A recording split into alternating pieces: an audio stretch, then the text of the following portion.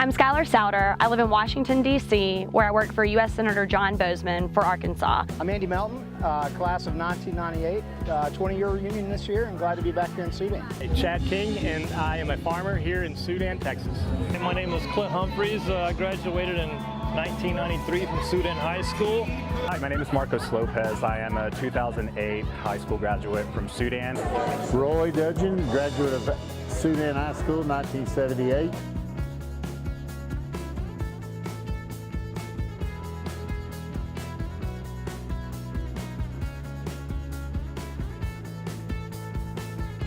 It's a small town, but we're not just a normal small town.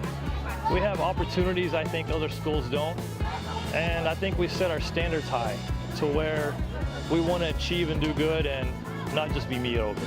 6-year-old, it's in kindergarten. I've got a 4-year-old that'll be in school soon. Just everything that I experienced here is what I want my kids to experience. It worked well for me. It worked well for my dad, who's also a Sudan graduate. I want everything the best for my child and for my kids. And what I garnered here at Sudan High School was the best in my mind. You couldn't have gotten a better education. You couldn't have been around better people. As far as the teachers, you couldn't have been around better people. As far as my classmates, above and below.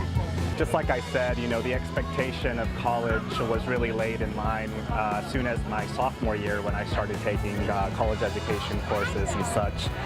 And then in general, just the sense of community, the sense of patriotism that we have in Sudan is something that I think helps you be a really good citizen of this country. And to me, that's one of the neatest experiences I could bring away from Sudan High School is the discipline that we learned and we gleaned from the people around us because we were learning by example.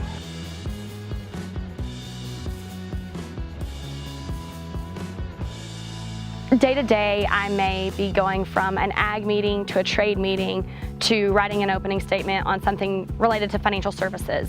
And at Sudan, I might have gone to an FFA event on Monday, played a basketball game on Tuesday, and competed in UIL academics on Wednesday. Being able to be exposed to so many different things and involved in so many different activities, I think made me a much more well-rounded person and makes it easier to put on the different hats as needed day to day. Important. I think it's important to keep these college education courses and these opportunities that we have here in this small town. It's the same opportunities that I feel larger schools have. A lot of friends that I made that went to larger schools in Dallas that I met in Tech didn't have these opportunities, which really shocked me. So I think it's an advantage for us to keep that up in this small town.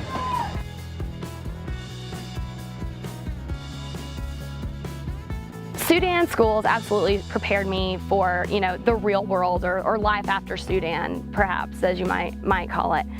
I was expected, to excel by my parents, by my teachers, by the community, and having somebody to push you in that direction without being overbearing, just wanting to be a positive influence in your life. Really helped me succeed. I work in the agriculture sector of the nation and even in the world. I work in Kansas City, which is the heart of the crop insurance industry. I work with folks in D.C. with USDA, and I think back to a small town kid in Sudan, Texas, growing up in cotton fields, and I take that experience and that knowledge that I learned in the school and the background in ag and just general education, and it's great to see how that works and translates into a career that's done well for me and my family. I grew up on a cotton farm, so agriculture is what I grew up doing, but my occupation as far as a teacher was mathematics and teaching mathematics. And of course, I already mentioned Mr. Ford. He influenced me to go to college and go that route and to work on becoming a math teacher. Also had a teacher, wasn't here very long, Miss Horton, sent me to a math seminar in Stephen F. Austin University between my junior and senior year. That was a great experience for me.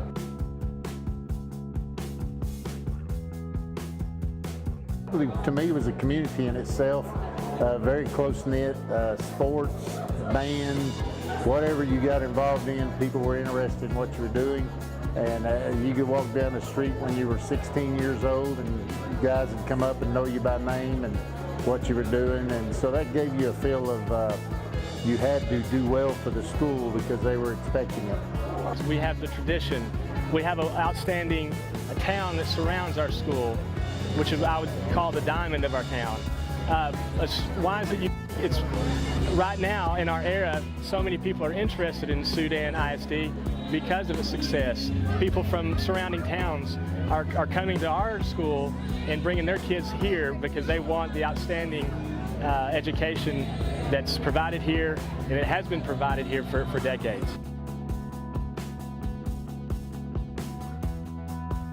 So being that I came through Sudan and it helped me succeed in life, I think people in my position do not need to forget about Sudan because it helped get us where we needed to be. So I'm willing to do and step in and help out. I even moved back here 6 months out of the year from 1,200 miles away. With the rural economy and the farm economy in a downward position, sometimes the financial support isn't there, and that's why I am pleased to be helping the Sudan Educational Foundation, because even though I'm not living in Sudan anymore and I don't have a direct tie to the school, I'm still very much tied to the community. It will always be home, and if there's anything that I can do to help give the students now the opportunities that I had